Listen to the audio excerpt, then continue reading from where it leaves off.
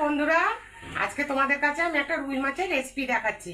যদি ভালো লাগে রেসিপিটা দেখে তাহলে আমাকে একটু সাবস্ক্রাইব করে দিও আর একটু কমেন্ট করে দিও আর আমার পাশে থেকো। আর আশা করি তোমরা ভালো আছো, আমিও ভালো আছি। তো চলো তোমাদের রেসিপিটা আমি এখন দেখাবো। হচ্ছে এই যে আমি এই ক্যাপসিকামটা এরকম করে ঘষে নেব। ক্যাপসিকামটা আমি এরকম করে ঘষে নেব, নিয়ে ক্যাপসিকামটা ঘষে নিলাম।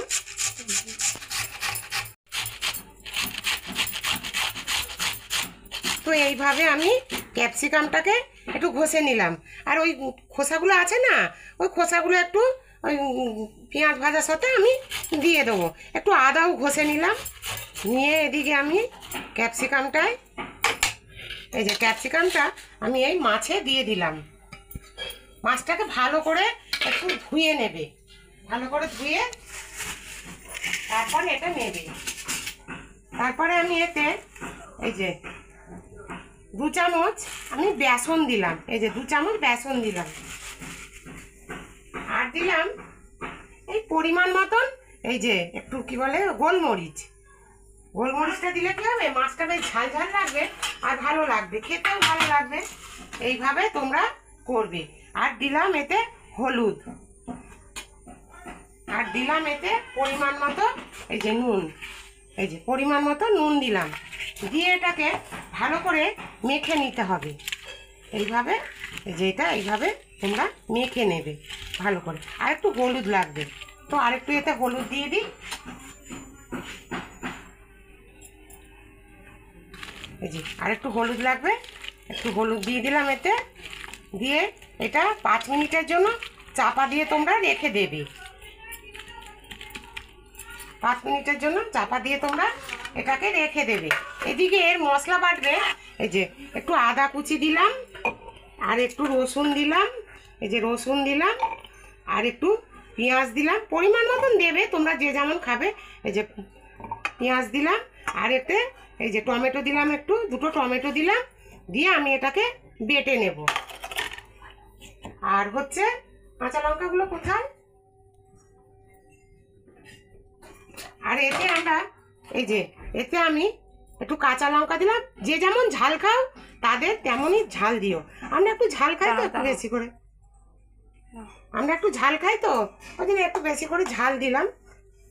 তোমরা যদি ঝাল না খাও কাঁচা লঙ্কা নাও দিতে পারো। তো চলো এটা আমি এবার একটু বেটে নিই।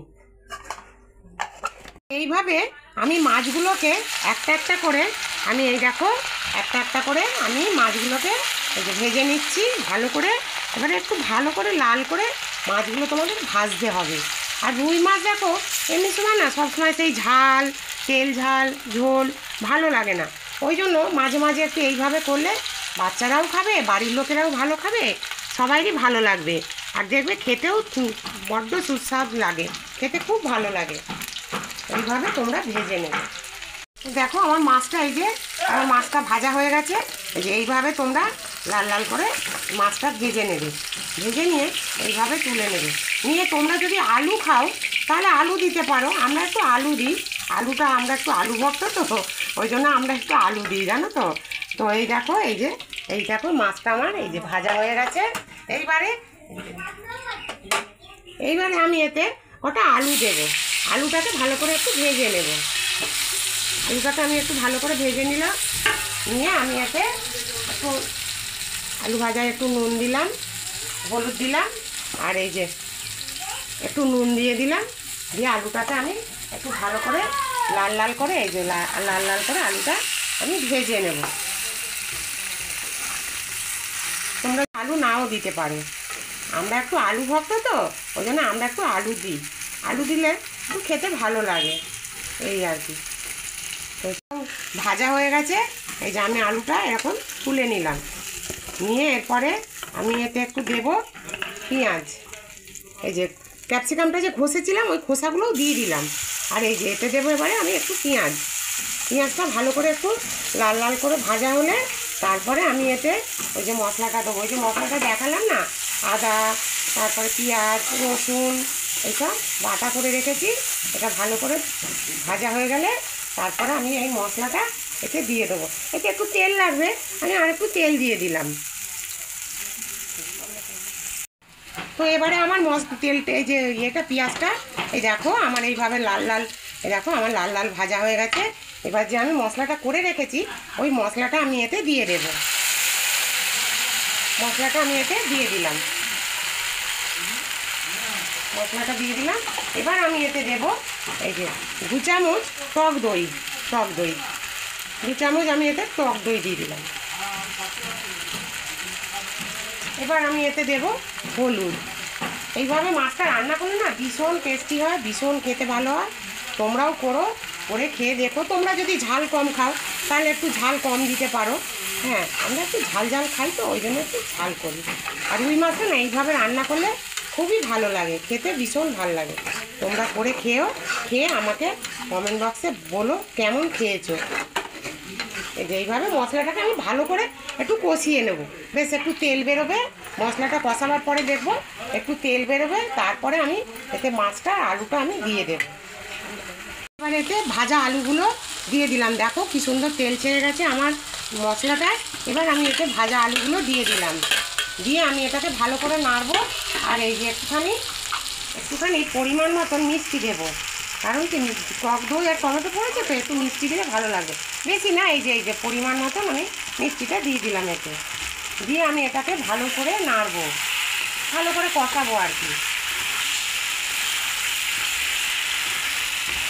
ভালো করে কষিয়ে এবার আমি এতে জলটা দিয়ে দেবো।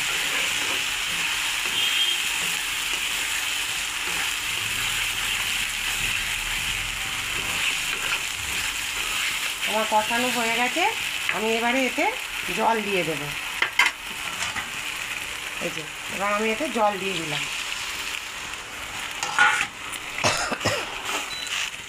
আমি এতে জলটা দিয়ে দিলাম, একটু ঝোল ঝোল করেই করা হবে, কারণ তো সবাই খাবে তো ওই জন্য একটু ঝোল ঝোল করে করা হবে। এবারে এতে আমি মাছটা দিয়ে দেব। যে আমার ভাজা মাছটা আছে, এই যে দেখো এই যে মাছটা আমি ভেজে রেখেছি। এবারে মাছটা এতে আমি হাতে করে নিয়ে একে একে আমি এতে দিয়ে দেবো। ছোটো ছোটো মাছ তো হাতে করে করে নিয়ে আমি এতে একে একে করে দিয়ে দেব। মাছটা দিয়ে দিলাম।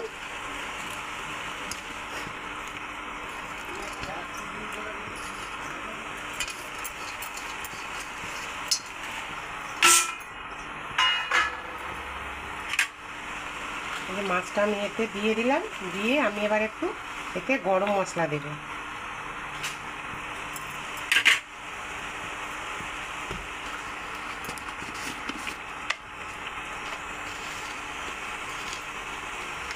তো এই যে এতে 1 চামচ আমি গরম মশলা আমি এতে দিয়ে দিলাম।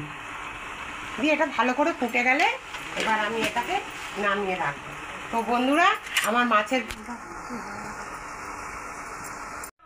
তো চলো আমার মাছের ঝোলটা হয়ে গেছে, দেখে বলো কেমন হয়েছে।